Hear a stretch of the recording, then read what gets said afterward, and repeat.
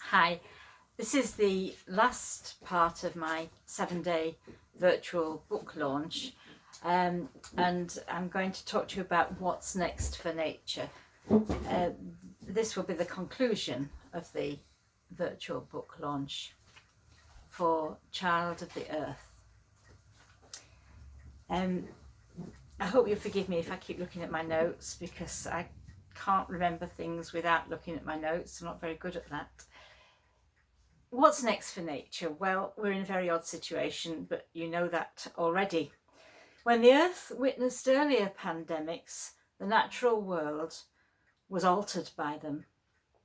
It's difficult to draw conclusions though, because, say, at the time of the Black Death, nature and agriculture were still closely bound together.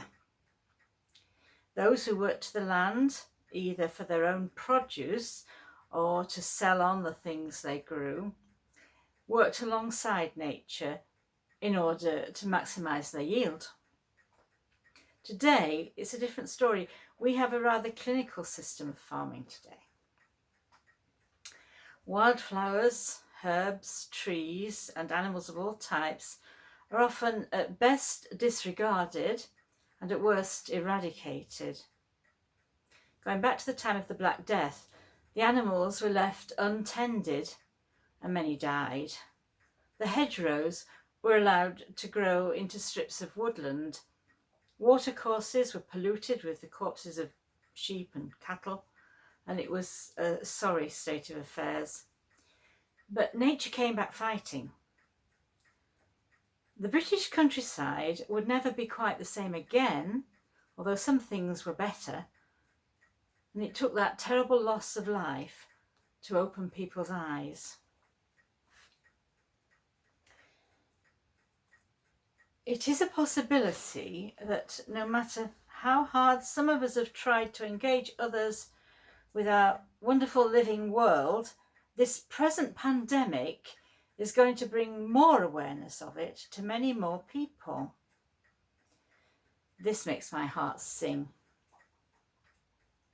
especially as so many children are now having natural wonders shown to them when they perhaps wouldn't have had if this horrid disease hadn't invaded our shores.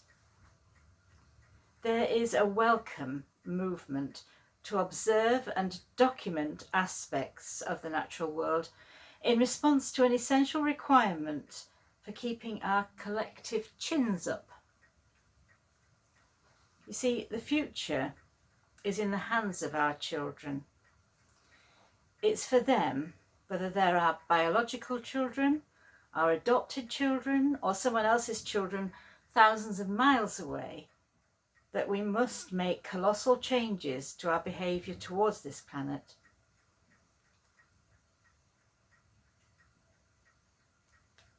It's for them, for their children, and for their children's children. We are part of what lies ahead, and what we do with our world today will impact on all their futures, on the future of planet Earth. More than anything, we have an obligation to lead them towards an appreciation of nature. We need to give them opportunities to observe and respect all aspects, from a little frog hopper and its cuckoo spit in their back garden to the mighty sea pounding the cliffs of our magnificent islands. So my book, Child of the Earth, is not a rant about climate change, the pollution of our rivers and oceans, poisoned air, or overuse of natural resources. It is a catalogue of the wonderful natural things I have seen, heard, and enjoyed throughout my life. I have put it together in such a way as to be accessible to all. It is meant for the enjoyment of the reader, whether it is someone as passionate about the natural world as I am, someone who is interested and wants to read my account, or someone who would like to use the text to illustrate aspects of nature for their children. It is not a children's book, but it is a book for the children of the world. Always the children. It is for them that I have shot through the text filaments of my concerns for the environment. Something so important as care cannot be ignored. The earth is in the care of its friends. It just needs more of them. Thank you.